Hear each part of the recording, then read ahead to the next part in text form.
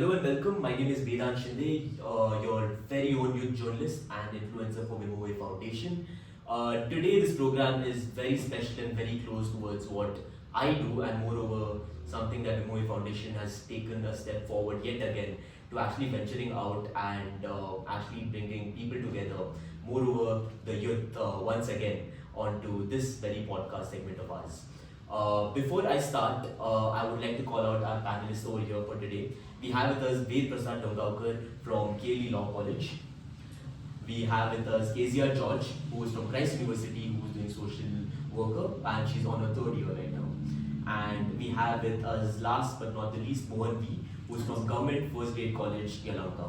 Today on Constitution Day, we're going to delve into the hearts of India's democracy, exploring the significance of the Indian Constitution and its enduring impact on nation's journey.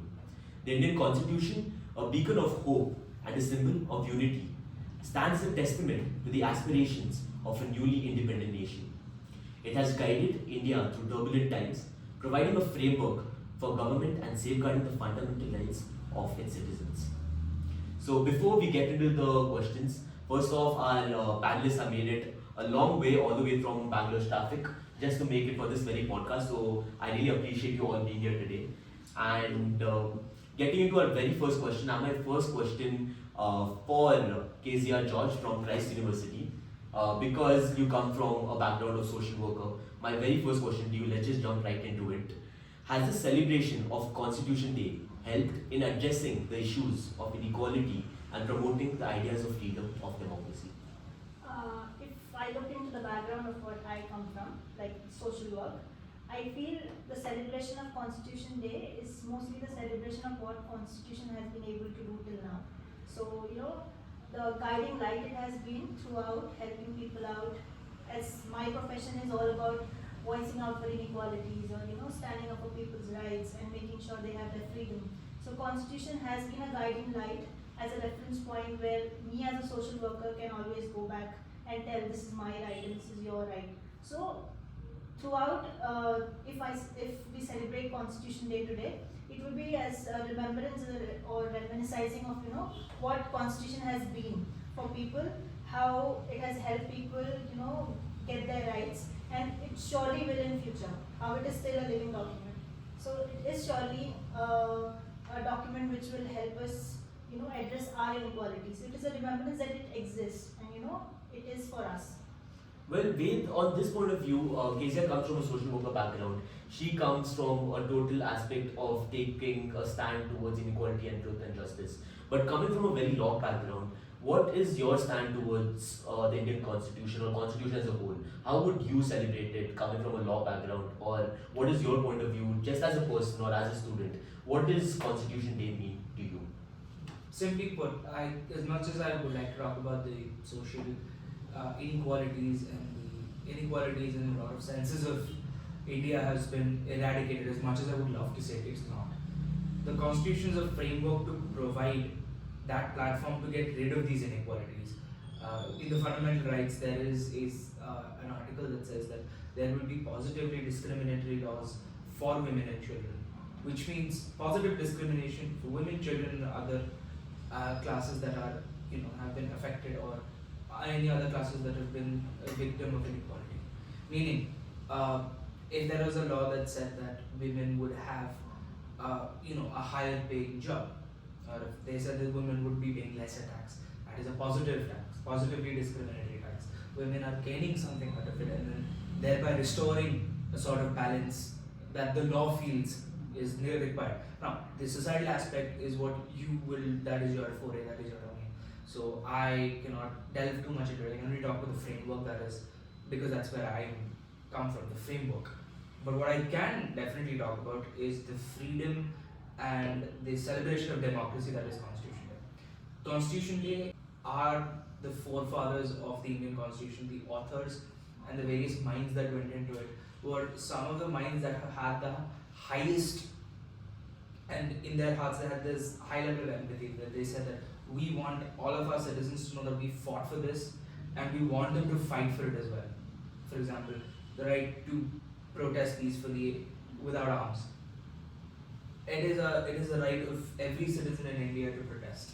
So I think that Constitution Day reminds us that we are as free as we can be. We can protest for anything we wish. We can protest for injustices. Then there are a lot of other things that talk about freedom of business. Right?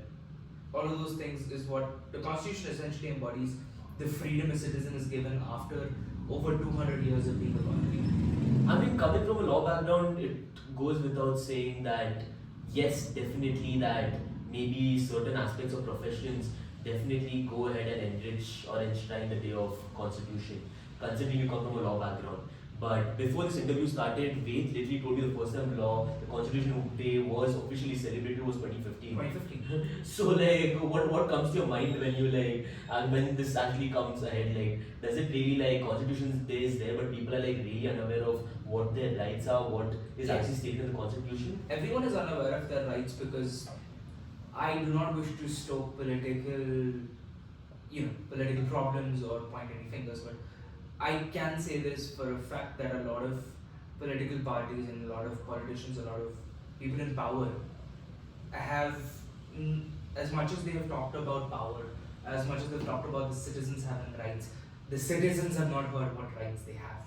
It is merely given that we have rights. It has been published that we have rights. News outlets don't pick up the fact that we have rights. There is one day that they talk about Constitution Day and then they forget about it the next. For law students, Constitution Day is a day of remembrance for us. It's a day that the law does not exist for the weak to be preyed upon, but it is to protect the weak. Every law that is made is to help the discriminated classes.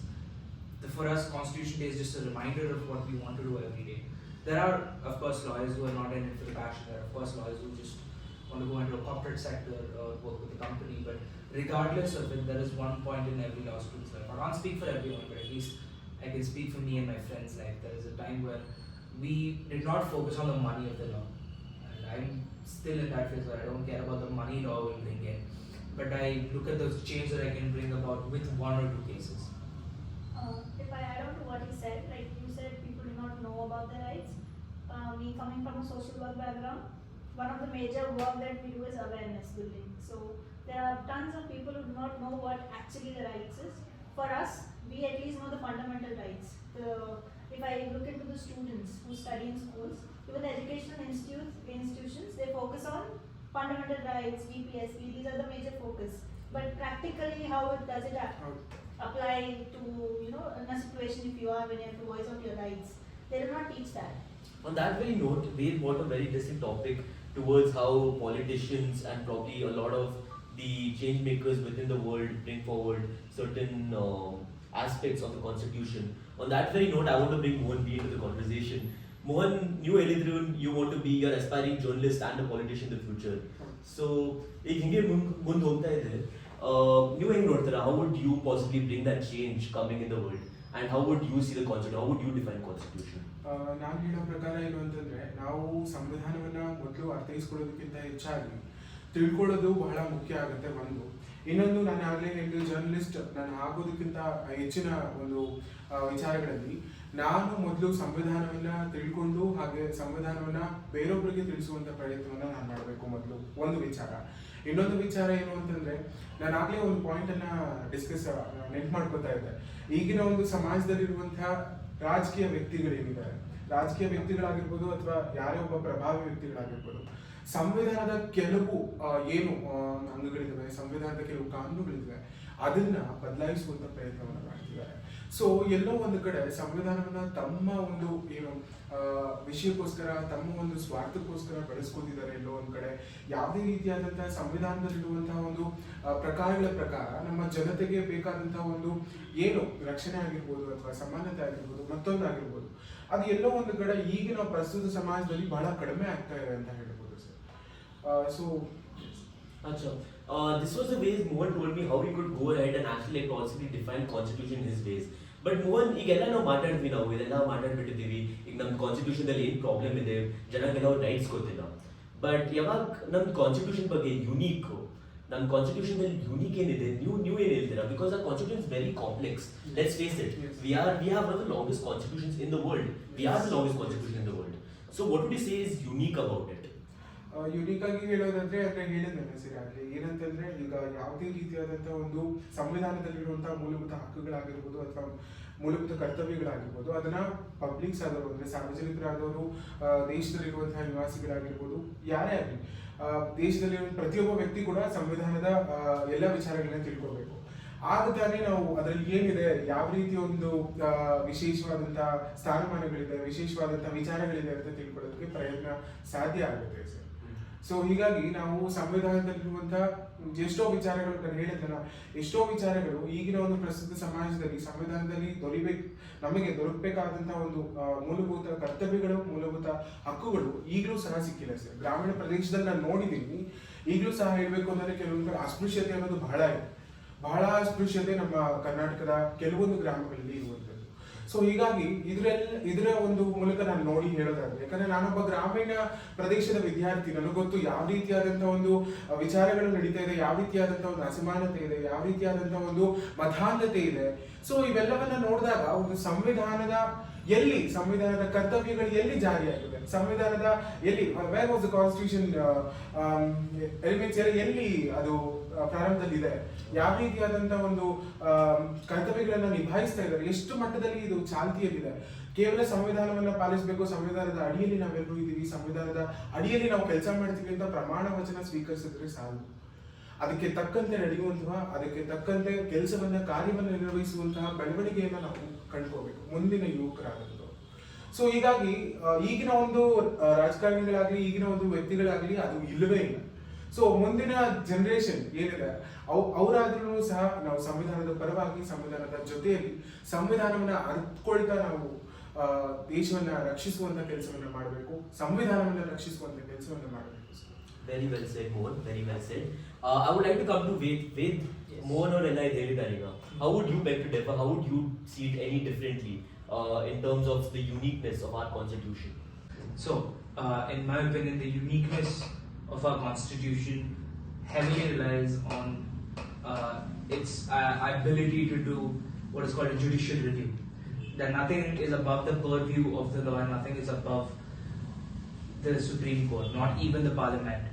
Certain times there have been decisions where the Parliament has tried to overrule this judicial review during the emergency. There were in the 42nd Amendment Act, which was called the mini constitution, as there were a lot of things about the constitution that were changed in that. It was stated that there would be essentially no judicial review for items that were in a schedule of the constitution.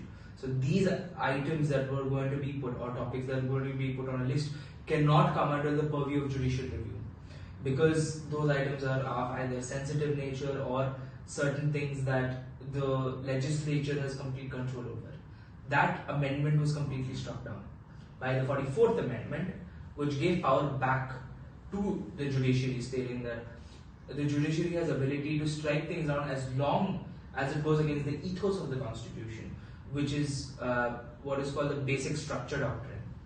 The basic structure doctrine states that there is a framework of the constitution that cannot be fundamentally changed. Within this fundamental structure comes the fundamental rights and the directive principles of state policy. In that very regard, with respect to the 42nd Amendment and the 44th Amendment as well, which you spoke about, how has the Constitution evolved since its inception? And like what amendment has a significant impact towards what direction a country goes towards? The amendments, because there is no there's no grand and pomp when it comes to Indian amendments as compared to the American amendment system where we've taken it from. Their amendments are nigh impossible to make. They've only had about 25 to 28 amendments as per my knowledge. But India has had far more than that in its first 5 to 6 years. Because India is a constantly evolving country. The forefathers knew and our founders knew that we as a country are going to go in directions that have not been explored before. And making a rigid constitution would be completely against the ethos of what India is. It would be like fighting against the current in a river. It's fruitless. You cannot stop the time from flowing. The only thing you can do is catch up. Coming to the practicality of every situation, Kezia, what would you say, like, having such a complex constitution drafted among all of this? Well, our forefathers have definitely thought every aspect through, but in terms of a whole, how do you define like its complexity? Like when it comes down to a simple man trying to make a living in a world, like who is possibly unaware of what his constitution, what his rights are. What do you think is like one thing you potentially say in terms of people probably drifting the whole situation of how a law is implemented? Like what is your take on that? According to me, like most of the normal population or the general population who are even unaware about the rights that like we discussed, do not know how the process works of amendment as well. So, when we look into terms of how it affects them or what role do they play in a law getting amended or something in a constitution getting amended, which directly affects them in a way. So it is like they are not directly into the decision making, but the constitution is such a rich document that it allows each person to have their role, because the legislatures or the executives who actually do the work behind the scenes are in a way elected by them. So it is like it has a check and balance. That is what the one good thing about constitution that we say, that even though it is rigid, it is flexible in ways. It has checks and balances where even though they are not directly a decision maker in amendments, but they still have a say because they elected people. Well, like Kezia told about the checks and balances that are taken care of. Yeah. You are one of the pillars of probably the democracy we live in today, where certain stuff are meant to be in places. So how would you say, in terms of, do you have an instance that you have come across in your life that you possibly had to lawyer your way through it? Like, could you I think let's take this interview a little off the direction and possibly let's get practical. Like, what would one do in a given situation? What is an example you would give? I would say that the constitution is not your best friend if you're trying to lawyer your way out of things. The constitution is a big framework. It is like trying to get into a house by looking at blueprints. The blueprints only show you what rooms there are, but they don't talk about the furniture that's there in the room. Okay. The furniture being the acts that are there, being the notification, the ordinances, so many other various pieces of legal and legislative, so many documents that are there that can fill up this void that the constitution has left. The constitution has only given us a room to play with, and within that room is what we're going to fill up. And everyone, there was this one time a police officer asked me, it was a routine stop. He was asking me for my license, he was asking me for the registration. He just randomly, just so that things can go a little smoother, he asked me if I'm studying in college, what degree I'm studying. I said, I'm a law student. His first response was to ask me about the articles of the Constitution, which I had to politely tell him that we only study one or two in detail while the rest of the articles are forgotten. Because it is an academic degree, we do not study the Constitution letter for letter, word for word, because it is physically impossible to do. So there might be people who can, but not all law students can do it. And I saw sort of a different side of people of how they approach lawyers or how they approach the law.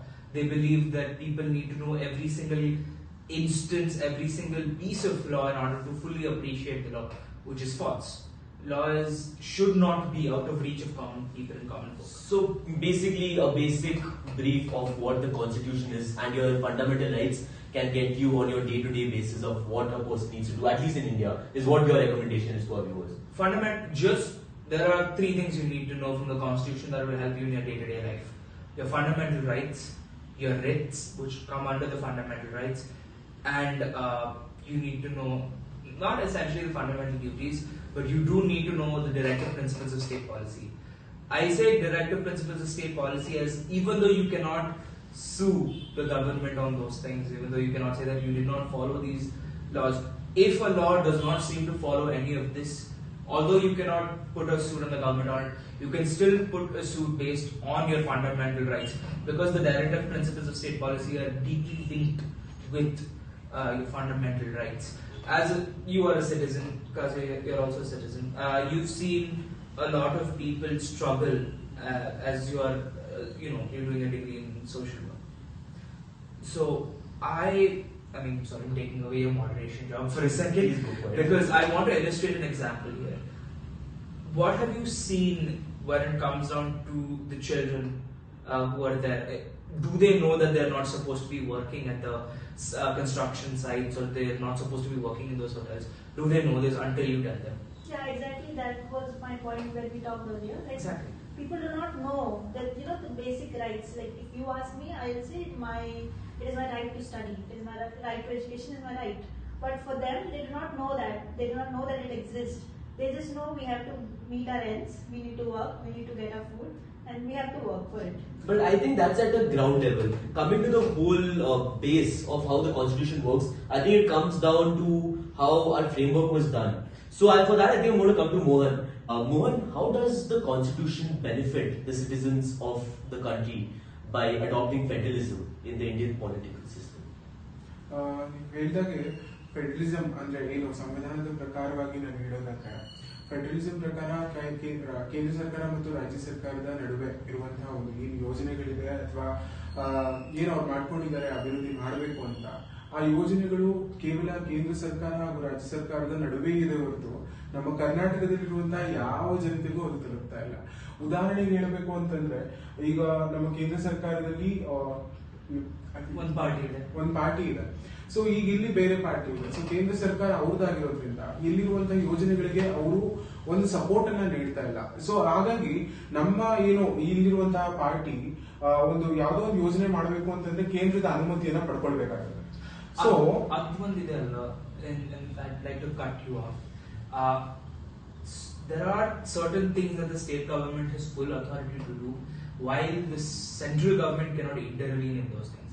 Defense ಇದ್ರೆ, electricity ಇದ್ರೆ, defense ಅಂದ್ರೆ centre ಇದೆ, ಕೇಂದ್ರ ಸರ್ಕಾರನೇ ಮಾಡುತ್ತೆ. ಆದ್ರೆ police department ಮತ್ತೆ electricity, water board ಅದೆಲ್ಲ ಸ್ಟೇಟ್ ಗವರ್ಮೆಂಟ್ ಕೆಳಗಡೆ. All of these things lead to a fact where the central government is providing assistance and help to the state government via the concurrent list. There are certain topics that they both can create laws and legislations on. There is a doctrine in law that states that a special law takes precedence over a general law. If a law is passed by the legislature, parliament, if they pass a law, that law can be superseded by a state law because it is more specific as compared to the generic law or a not special law passed by the parliament. That means that the state has a higher power over its own citizenry and over its own laws. And the only issue that I can agree with you is the idea of the state government not receiving funding or not receiving help in funding when it comes to the central government. As even though they have their own reserves, there also needs to be signing off by the comptroller and auditor general, and there has to be approval taken from a lot of the central ministers. So are you trying to say there's a lot of paperwork that goes into it? There's a lot of procedures that have to be taken by the time you get all these funding from the central government? Obviously, unlike a company, India is a very vast state where accountability has to happen. When you talk about money being moved from the government, money being moved by the state government, it is not less than 1,000 crores. Any sort of program that a government has, it always goes to the thousands of crores or the hundreds of crores at the most minimum and basic level. Even if I had to talk about one area in Bangalore, the development of that one area can exceed up to 80 to 90 crores. That area might be extremely small, but it still requires that huge amount of money.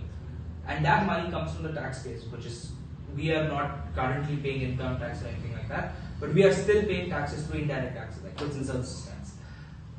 That is our money that is going, and there needs to be complete accountability on how that money is being spent, which is why federalism helps, as there is a higher level of accountability on each level.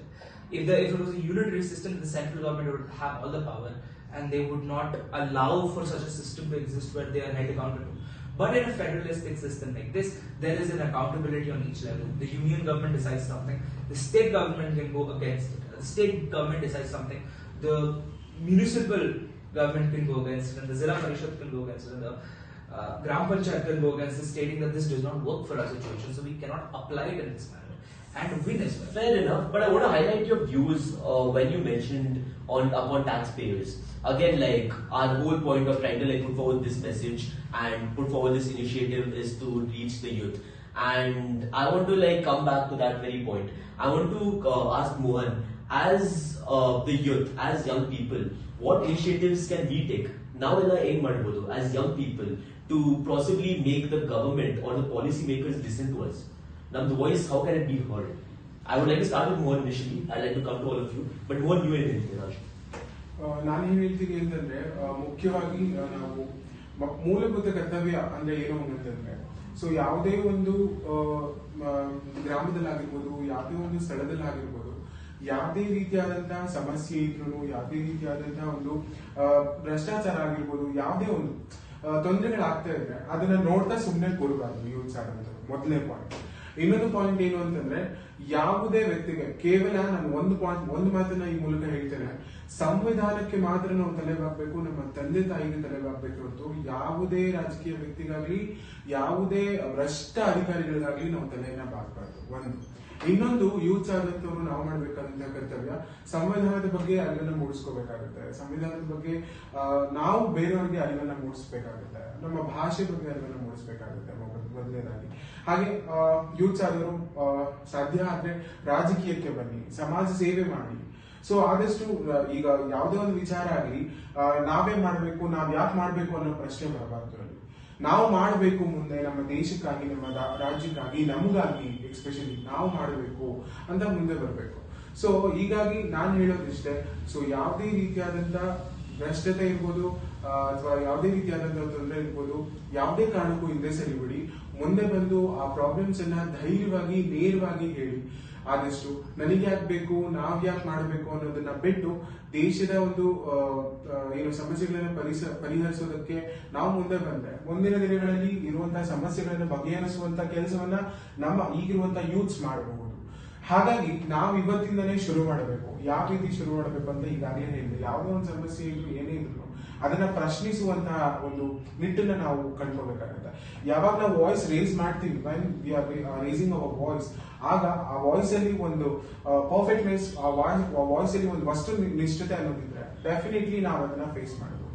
So ಯಾವುದೇ ಕಾರಣಕ್ಕೂ ಹಿಂಜರಿಬೇಡಿ ಅಂತ ಧನ್ಯವಾದ.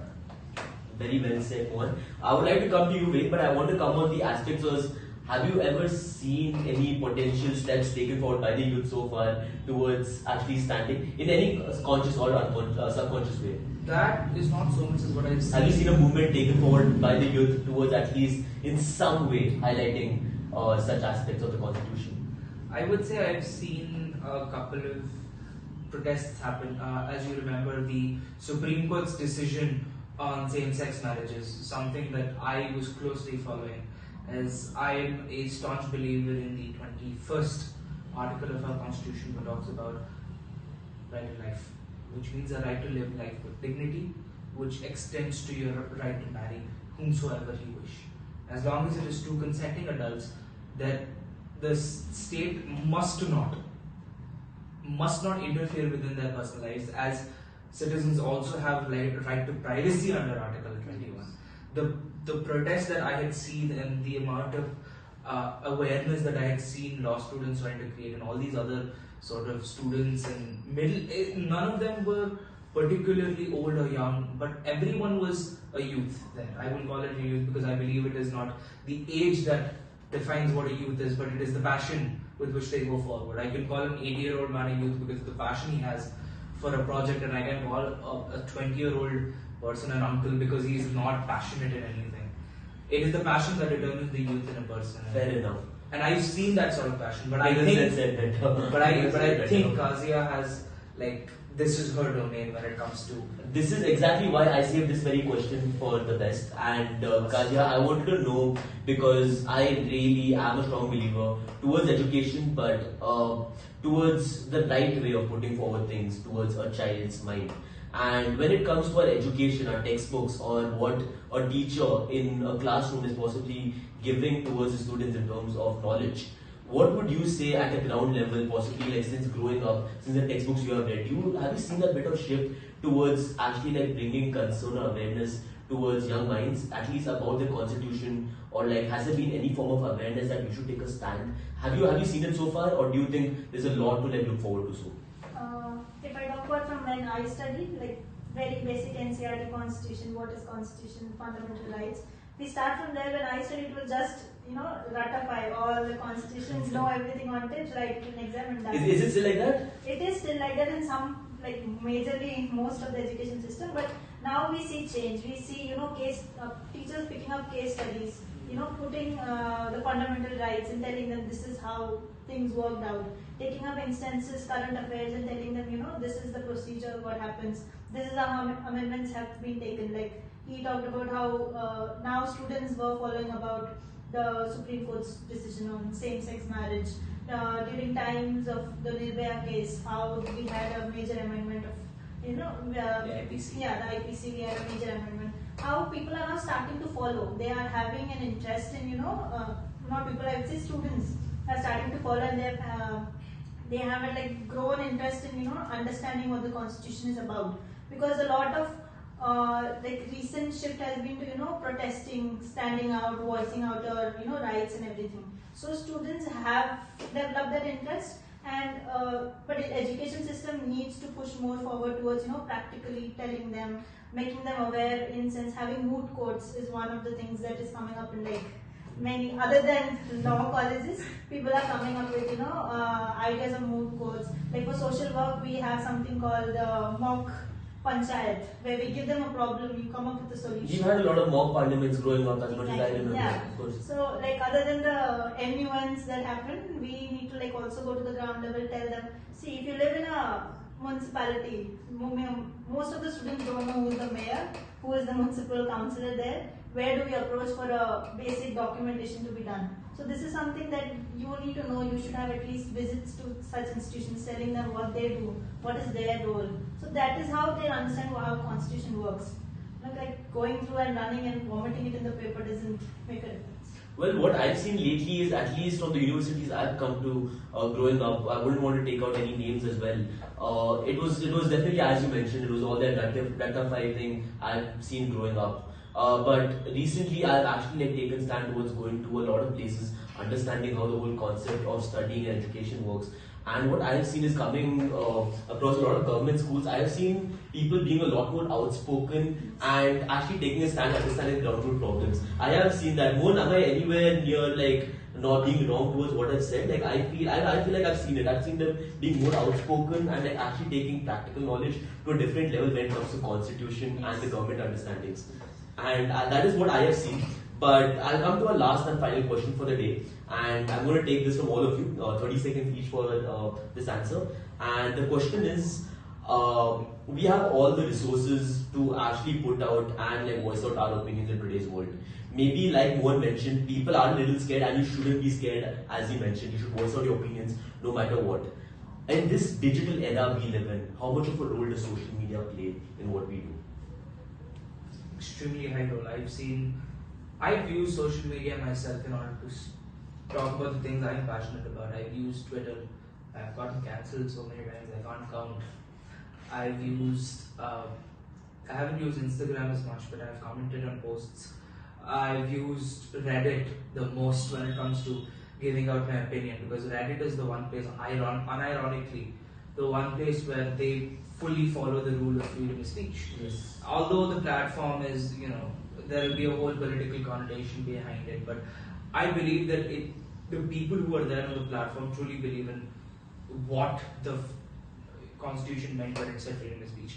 It talked about freedom of speech, but not the freedom of consequence.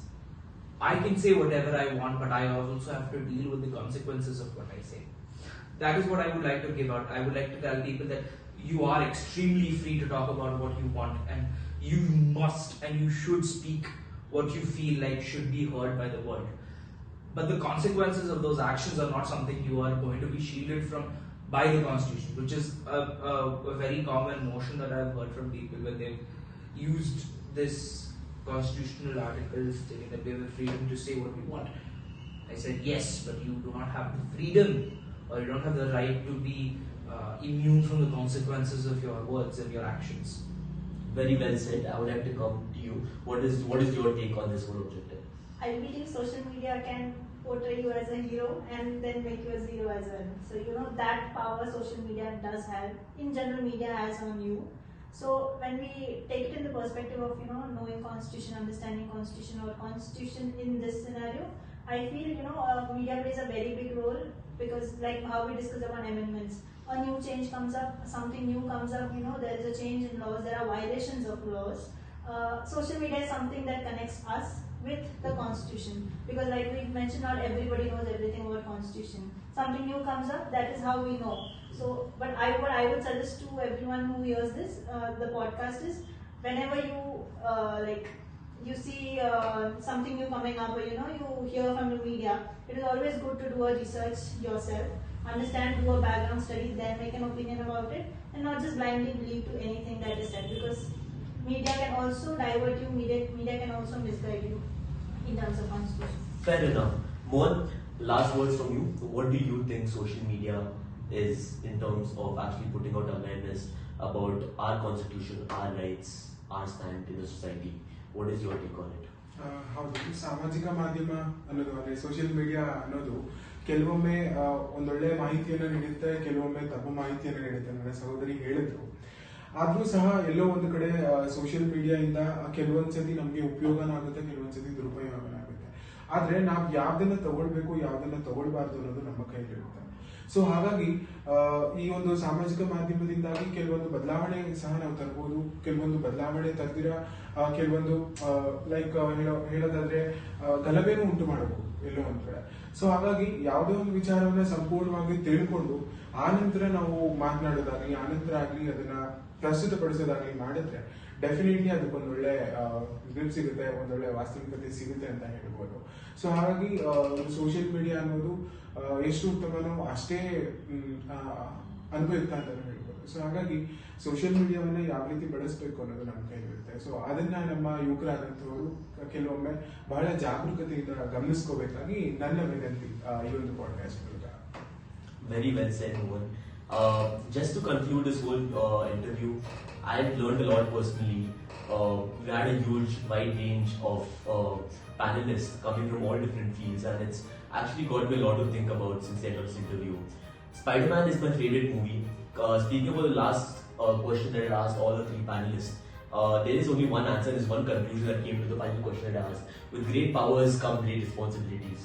And that is how it is. We live in a digital world. Everything we put out has consequences towards what we do and what our actions speak for. And bottom line, what I want to say is, speaking from Kazia's perspective, or Ved's perspective, or Mohan's perspective, what I have learned is it all comes down to the way we actually come down to educating ourselves, the kind of right information and knowledge we take in. Coming from Ved's perspective, I have definitely learned that technicalities, complexities, everything is going to be there no matter what. As long as we are a good human being and we put forward our ideas and we put forward the right message to the world, I don't think anything bad is bound to happen to us or the people here around. And coming from Mohan's objective, I think the world can be a better place as long as we view out our opinion and we put forward our speech to the people. We can't be scared. We really have to voice our opinions for anything seen wrong. Social injustice, bad is everywhere. But it's about how we change the world as a whole. I'm really glad to Vimove Foundation for giving me this opportunity to speak on this occasion. This is really a life-changing interview for me as well. I've learned a lot personally, and I think I should really take a thing or two about from this interview. And I couldn't have been more glad. I appreciate all of you being here today. And last but not the least, this is your host Vedant Shinde signing off. Thank you.